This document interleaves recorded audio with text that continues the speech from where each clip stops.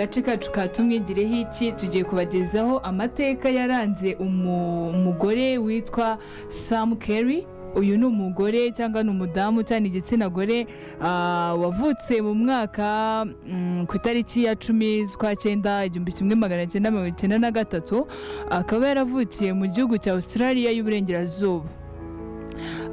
Uyu mugore rero yagize urugendo rutoroshye kuva avutse kugeza ubu ngubu, kuko uyu Sam Kerry ku myaka ye 15 yagaragaje ibyo ashoboye mu itsinda cyangwa mu marushanwa yahuzaga Mauritius asimbuye kuri match yari yabahuje na Italy. Aha yari mu mwaka wa 2009.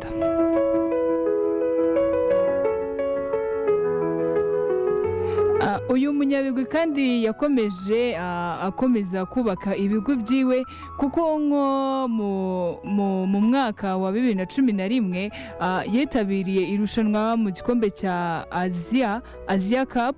Aha niho yagaragaje bwa mbere ibyo ashoboye mu gikombe cy'isi cy'abagore. Icyatumye Sam Kerry izina rye riguma mu mitwe cyangwa mu mitima cyangwa n'imbamutima z'abatuye isi nuko uyu mugore ari we wabashije kugera ku bintu birenze ahanini abantu bazi ko ari ibigwi by'abagabo gusa, kuko mu mwaka wa 2022 Sam Kerry yegukanye igikombe ndetse n'umudari w'ishimwe kuko yari kapiteni muri Asia Women Cup.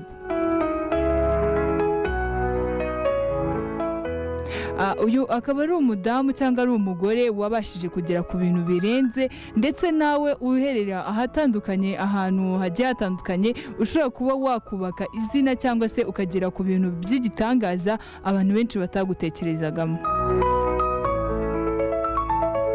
Aka kari agace keza katumwigireho iki. Uyu munsi n'uyu witwa Sam Kerry akaba ari umugore tubashije kwigiraho uyu munsi ko nta kidashoboka bitagendeye ngo uri umugore cyangwa uri umugabo. Kuri icyo gice tukikirimo hari ibindi bintu nabonye kuri Sam Kerry cyangwa se twakomeza kumuvugaho mbere yuko tumuvaho. Hari ibindi bigwi birenze wenda twabonye, kuko hari n'ibindi bintu yakoze abantu nyine batatekereza, kuko uretse gukinira ahangaha muri iki gice cy'iwabo cyo muri Australia muri ya kipe nyine y'igihugu yanitiriwe, ntabwo navuga ngo yayitiriwe ahubwo yakozemo ibigwi byinshi. Akina n'i Burayi, aho yakinye mu makipe nka Chelsea yo mu Bwongereza.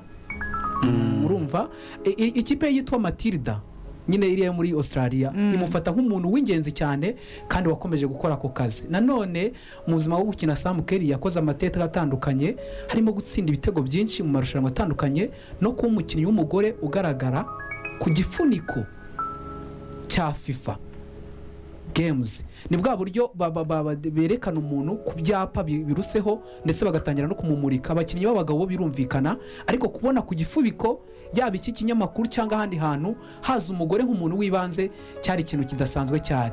Kandi Kerry ku rwego rwe yakoze ibintu byinshi byatumye atanga umusaruro. Ni ibintu bidasanzwe rero, ni impano idasanzwe yerekanye nk'umuntu w'umugore wakinnye mu bice bitandukanye, akava iwabo muri uwo mugabane wa Australia akajya ku mugabane wa Asia ndetse no ku mugabane w'i Burayi. Ubwo rero asa nk'aho imigabane 3 yose yayihurije hamwe, byose abikoreshejwe n'impano ye yo gukora cyangwa yo gukina cyangwa kuba umunyamwuga mu gukina umupira w'amaguru.